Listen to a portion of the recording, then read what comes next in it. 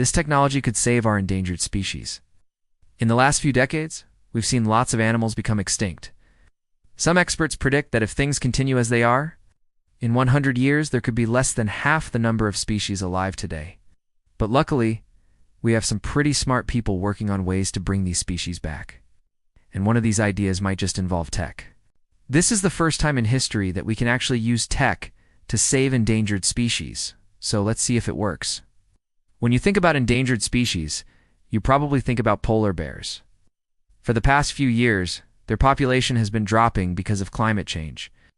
But for every problem, there's a solution. One idea is to build artificial dens for them to live in.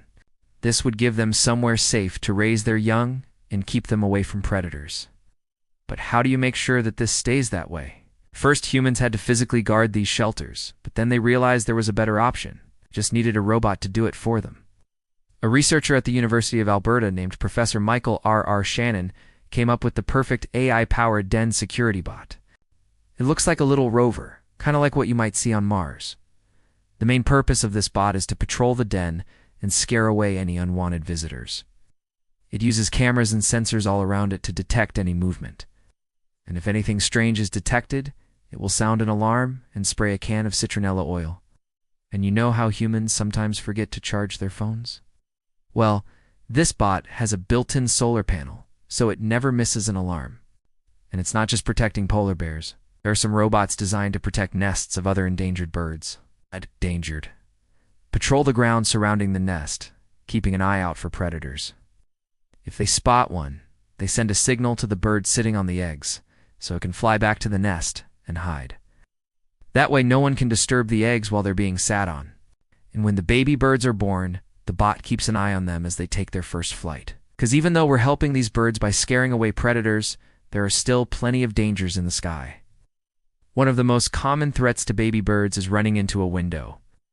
As they get older, they start flying around more and more until eventually they can find their way back to the nest. But before that, they need to learn how to avoid glass. Flying into a window is one of the leading causes of death for baby birds. So researchers wanted to come up with a way to help them learn. Their idea was to use computer vision. If you don't know what that is, it's basically where computers use cameras to understand what they see.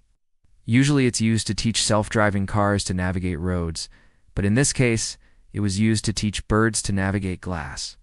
Here's how it works. Researchers took a bunch of pictures of windows and trained the computers to recognize them. Then they put a camera on the side of a building where there were lots of birds flying around. The computer looked through the camera, and whenever it saw a window, it sent a signal to a speaker. The speaker then played a recording of a predator call, and that scared the birds away from the window. That way they could safely practice flying without accidentally shattering themselves. But not all endangered animals are as small as birds. The vaquita is one of the rarest mammals in the world. There are only about 10 left, and they all live in the northern part of Mexico. These little porpoises are about the size of a large dog, and they look super cute. Unfortunately, they're going extinct because of the nets that fishermen use to catch fish. Sometimes they get trapped in the nets and drown or get injured. And even though fishermen try to avoid this, it's hard because the waters where they fish are full of these porpoises. That's why scientists decided to help them out. It's with a bit of AI. They use cameras mounted on boats to constantly scan the water for vaquitas. When they find one, a robotic arm comes down and releases a ball of fish food into the water. That way, the vaquitas are drawn towards the boats and away from the nets. Scientists hope this will give the vaquitas enough time to grow up and breed so they can repopulate. Maybe one day soon they won't be endangered anymore. But saving an entire species isn't easy, and there are lots of problems along the way. Sometimes robots aren't able to reach the animals in time, and sometimes they're just too big. Take this guy, for example. His name is Ben, and he's a western lowland gorilla. He lives in a zoo in Barcelona, Spain. Normally, gorillas live in groups of around 20 to 30 individuals, but Ben is the only one of his kind left. That means he doesn't have anyone to talk to, and he gets lonely. Experts say this could drive him crazy. That's why the zookeepers wanted to help him out. They made Ben a robot friend. This little robot looks and acts like a baby gorilla, and Ben loves to hang out with her. He likes to play, groom, and eat with her. And she does all the right things like making gorilla noises and hiding his favorite toys. Zoos have been using robot animals for a while now, but most of the time they're just for fun. In this case, it's actually saving a life. But some species might need a little more help than others. Take, for example, the Panamanian golden frog. There are less than 100 of these little frogs left, and they all have a deadly fungus on them. Eventually, this fungus will kill them all unless we can stop it.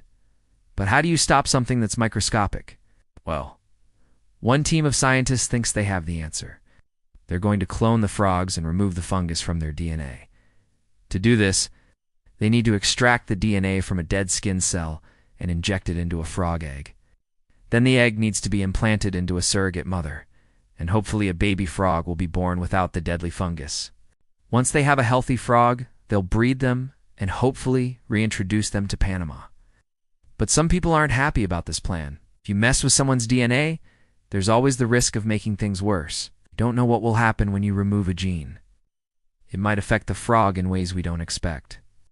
That's why some people are saying we should focus on protecting the environment instead. They believe that cloning frogs is just a waste of time and money. Instead, we should spend that money trying to find new ways to protect the frog's natural habitat. Without it, they won't survive, no matter how healthy they are. But no matter which approach we take, one thing's for certain: endangered species are at risk. And if we want them to survive, we need to do something. But thankfully, we have some really smart people working on the problem, and who knows? Maybe one day we'll be able to bring some of these animals back from extinction. What do you think? Are these bots actually helpful, or are they a waste of time? Let me know in the comments below, and thanks for watching. See you next time.